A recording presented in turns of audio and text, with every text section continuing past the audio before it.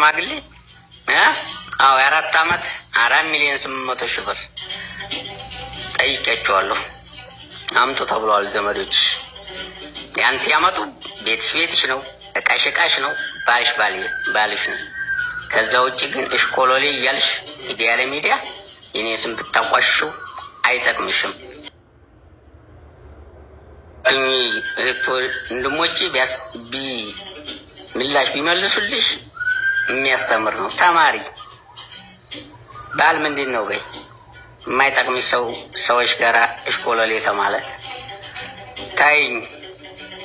ታይ ብዬሻለሁ።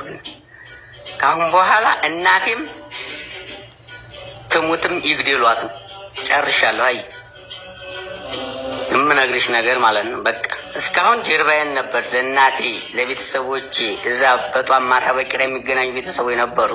ይግደሏትም ከዛ በኋላ ተኔ ህይወት ይበለጥ የለም። ወላ እናት ወላ ቤተሰብ እንዳደረጉ አድርጓቸው።